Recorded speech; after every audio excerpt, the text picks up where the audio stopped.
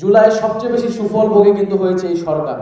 অবৈধ আদেশ যে রাষ্ট্রপতি দেয় সেই রাষ্ট্রপতিকে এই সরকার কেন এখনো টিকিয়ে রেখেছে? এই 2 বছর পরে আমরা গণ অভ্যুত্থান বা বিপ্লবে যত ধরনের অংশীদার যুক্ত হয়েছিল, আমরা তাদের সকলকে সকল অংশীজন বা তাদের ভূমিকাটাকে আমরা আলাদা আলাদাভাবে পর্যালোচনা করে তাদেরকে শ্রদ্ধা করে স্মরণ করছি। সেটার ধারাবাহিকতায় আমরা আপনারা আলোচনায় দেখেছেন যেভাবে 18-19 জুলাই 20 জুলাই যখন পাবলিক বিশ্ববিদ্যালয় বন্ধ হয়ে গিয়েছিল, তখন 2টা শক্তি এই জুলাই বিপ্লবকে আবার জাগিয়ে তুলেছিল, মানুষের মধ্যে আশার সঞ্চার করেছিল। একটা হচ্ছে প্রাইভেট বিশ্ববিদ্যালয়ের শিক্ষার্থীবৃন্দ, আর একটা হচ্ছে মাদ্রাসার শিক্ষার্থীবৃন্দ। এবং 2013 সালের আন্দোলন, প্রাইভেট বিশ্ববিদ্যালয়ের ভ্যাট বিরোধী আন্দোলন, 2018 সালের কোটা সংস্কারের এবং নিরাপদ সড়ক আন্দোলনের সকল কিছুর সম্মিলিত একটা রূপ, অর্থাৎ এই যে বৃহত্তর ছাত্রদের মধ্যে একটা বৃহত্তর ঐক্য তৈরি হলো, এটা গত 8-10 বছরের ধারাবাহিকতায় আমরা পেয়েছি। তো ছাত্র সমাজের মধ্যে এই ঐক্য এসেছিল।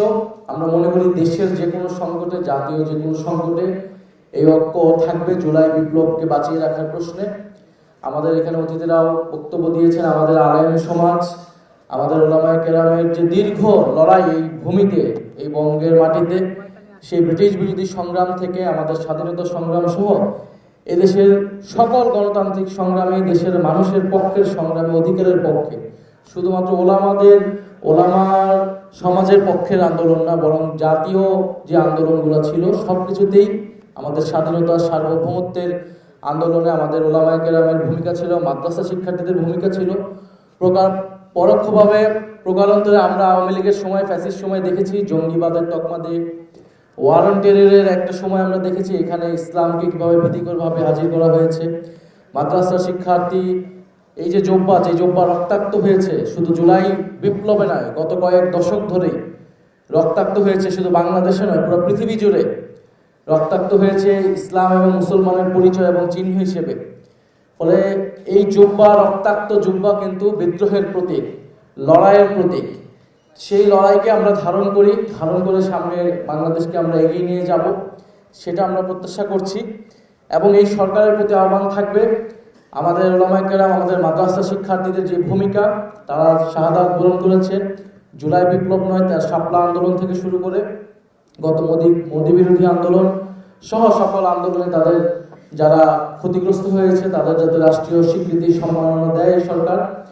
এবং একটা কথা এখন সরকারের পক্ষ থেকে বলা হচ্ছে যে জুলাই চেতনা বিক্রি করে রাজনীতি করা যাবে না। তো জুলাই চেতনা কেউ বিক্রি করতে যাচ্ছে না।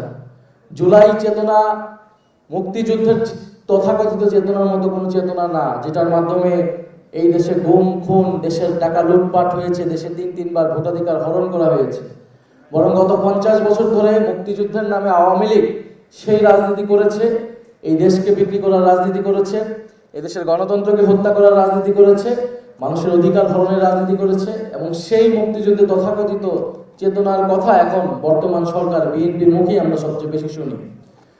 ফলে জুলাই বিপ্লবের যেই আমাদের আকাঙ্ক্ষা ছিল, যে প্রতিশ্রুতি ছিল জনগণের কাছে, নতুন বাংলাদেশ, বৈষম্যহীন বাংলাদেশ, আমাদের রাষ্ট্রের সংস্কার, প্রতিষ্ঠানগুলোর সংস্কার, সেই সংস্কারগুলো যদি আমরা চাইতে চাই, এটাকে জুলাই চেতনা বিক্রি যদি সরকার বলতে চায় তারা বলতে পারে, কিন্তু জনগণ জানে জুলাই সবচেয়ে বেশি সুফল ভোগে কিন্তু হয়েছে এই সরকার।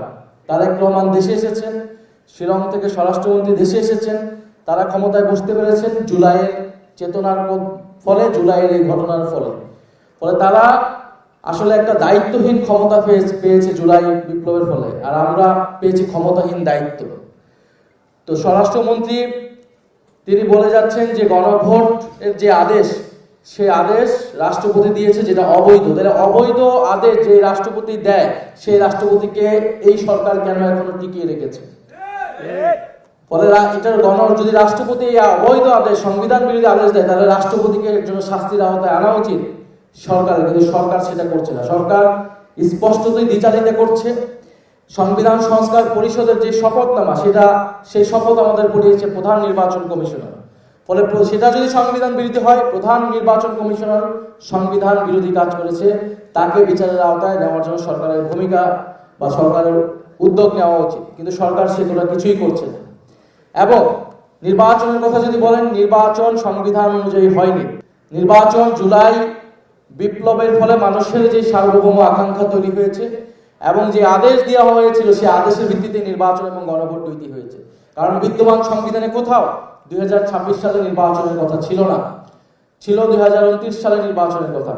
ফলে সরকারকে বুঝতে হবে জুলাই বিপ্লবের 5ই আগস্টের পর দিয়ে যে ধারাবাহিকতা, সেটা কেবল সংবিধানের ভিতর থেকে ব্যাখ্যা করা সম্ভব নয়, সেটা জুলাই বিপ্লবের জনগণের যে আকাঙ্ক্ষা তার মধ্য দিয়ে ব্যাখ্যা করতে হবে।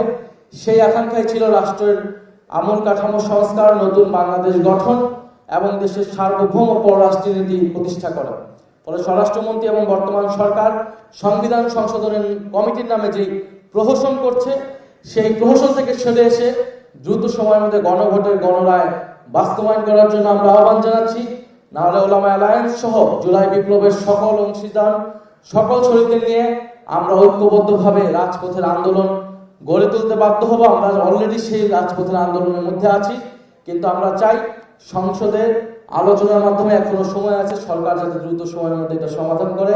আপনারা যারা আজকে উপস্থিত হয়েছেন, আপনাদের প্রতি আবারও কৃতজ্ঞতা এবং ধন্যবাদ জানাচ্ছি। আসসালামু আলাইকুম।